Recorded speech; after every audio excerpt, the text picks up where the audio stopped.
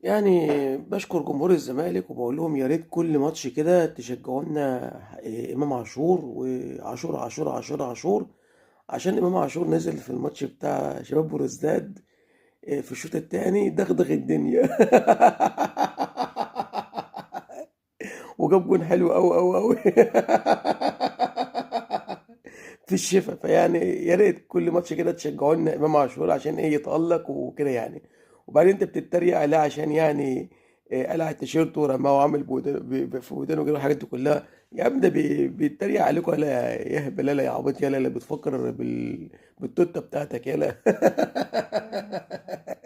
يالا يالا انت يعني حاجه، يعني دماغتكم غريبه والله العظيم، دماغتكم غريبه.